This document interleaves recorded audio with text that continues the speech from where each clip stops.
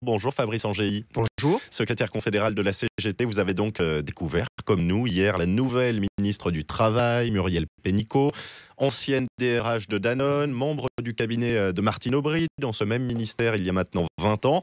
Première impression. Vous savez, la CGT n'a pas pour habitude de commenter les profils, les personnalités des personnes qui composent Mais elle le a pour gouvernement du habitude d'avoir ministre. un avis. Voilà, la plus un avis. Le premier avis, il est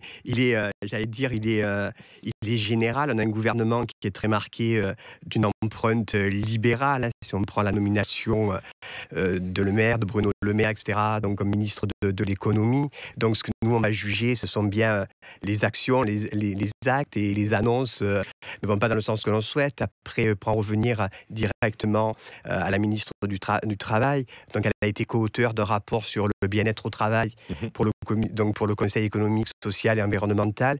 Pour la CGT, ce qui importe, c'est bien vivre le travail pour les salariés et bien vivre de son travail. Donc on va voir si on aura un terrain de négociation. Un mot de son profil, tout de même, passé par le public, par le privé, expérimenté, je le disais, rompu à ces discussions, à ces concertations. A priori au moins, c'est un profil qui vous convient ? Le profil ne fait pas tout. Je l'ai dit, ce qui compte, ce sont bien les objectifs. Quelle finalité aux réformes ? Donc, ce n'est pas une question de pédagogie, de souplesse, de méthode, je dirais. C'est bien le fond et le contenu qui va importer. Il y a eu une série de louanges, de propos positifs suite à sa nomination. De la part du MEDEF hier. aussi. Du côté du patronat, évidemment, on a entendu tout à l'heure dans le journal de 7 heures l'avis de Laurence Parisot, qui était ravie, qui parlait d'une bonne nouvelle pour le dialogue social. Du côté de certains syndicats aussi, Jean-Claude Mailly sur France Info hier soir a évoqué un signal rassurant. Vous le partagez ? Nous, on ne fait pas de procès d'intention. Nous, ce qu'on regarde, c'est encore une fois le programme d'Emmanuel Macron, sur lequel, je le rappelle, l'élection montre qu'il n'y a pas d'adhésion de nos concitoyens.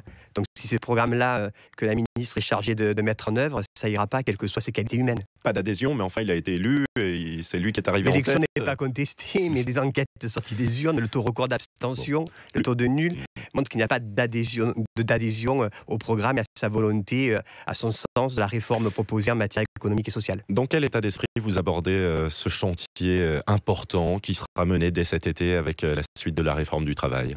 En 2 mots, l'état d'esprit, c'est contestation de ce qui est proposé, mais proposition de mesures qui sont, elles, vraiment modernes et qui nous permettent de répondre aux enjeux de notre siècle, du XXIe siècle.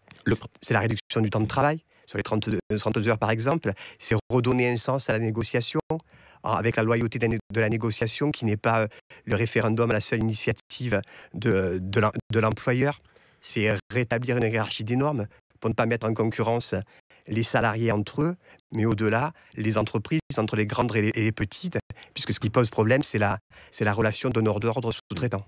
Le nerf de la guerre, c'est quand même souvent l'argent et donc Bercy. Les clés du coffre sont confiées à 2 hommes de droite, Gérald Darmanin, Bruno Le Maire. Ça vous inquiète particulièrement ?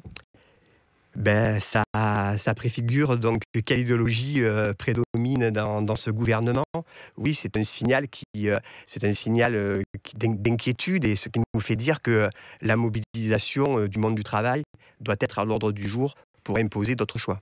Il y avait un ministère de la fonction publique sous François Hollande, il n'y en a plus. A priori, il est intégré au portefeuille de Gérald Darmanin à Bercy. Comment vous percevez ce message ? Vous faites bien de le remarquer, nous l'avons remarqué aussi. Ce message, donc, on le perçoit de manière assez négative, c'est-à-dire que on le perçoit comme la volonté de supprimer 120 000 emplois de fonctionnaires.